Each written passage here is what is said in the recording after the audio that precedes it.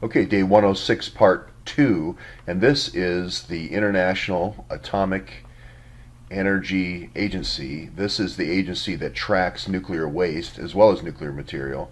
And this is the Incident and Trafficking Database, another potential source of documentation, ITDB, okay? And it talks about the illicit trafficking of unauthorized activities involved with radioactive materials. Now, interesting, since the beginning of megatons to megawatts.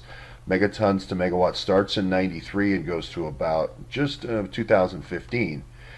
During that period of time, and also you've got to remember uranium-1 starting in 2006 going through 2000 and now, that there are exactly 762 incidents with the theft or loss of nuclear material, including high quantities of potentially usable nuclear material, highly enriched uranium and plutonium. Okay, so these are going to be investigated. Now, you may remember when I said that Mitch McConnell, the head of the Senate, his wife is Elaine Chao, director of transportation. The Department of Energy is the U.S. agency with the NNSA that would be in charge of tracking this material. Now, this is especially significant since the Russian uranium that came to us, and I have several sources for this that are on the ground directly working on the case for the folks that are in Pikestown, Ohio and in Paducah, Kentucky at the two places, as well as the Metropolis spinning plant, uranium spinning plant in Illinois, that it had a great amounts of transgenics, elements beyond uranium here, element 92 here, going into plutonium, which is going to be plutonium 239. Now, the interesting thing about plutonium 239 is it can be used in thorium reactors. So you could, if you could separate this, I hope you're not using the folks in Metropolis, Illinois to separate this, but they think they have been used.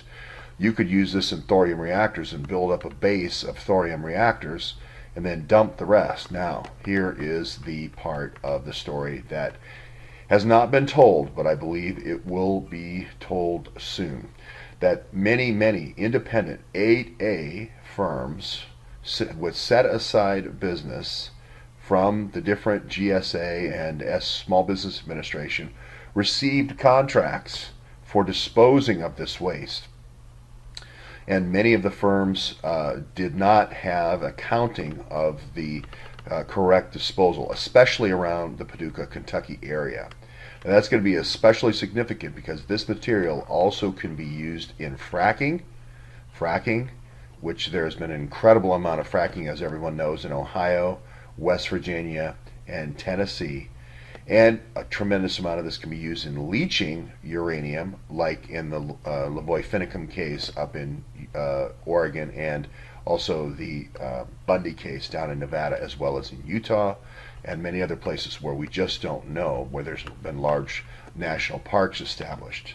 So this is the other side, the uglier side of uranium-1. This is not the high-value side.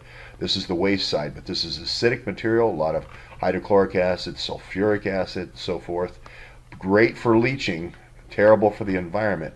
And then, of course, you've got maybe the stocking of uranium-239, or you could use this for small nuclear explosions for the exploration of more uranium with an exploration of oil or gas. So we'll see what happens with this ITB report. But again, yet another source of material that we're going to be able to go to when we get the right people in the right positions at ITDB.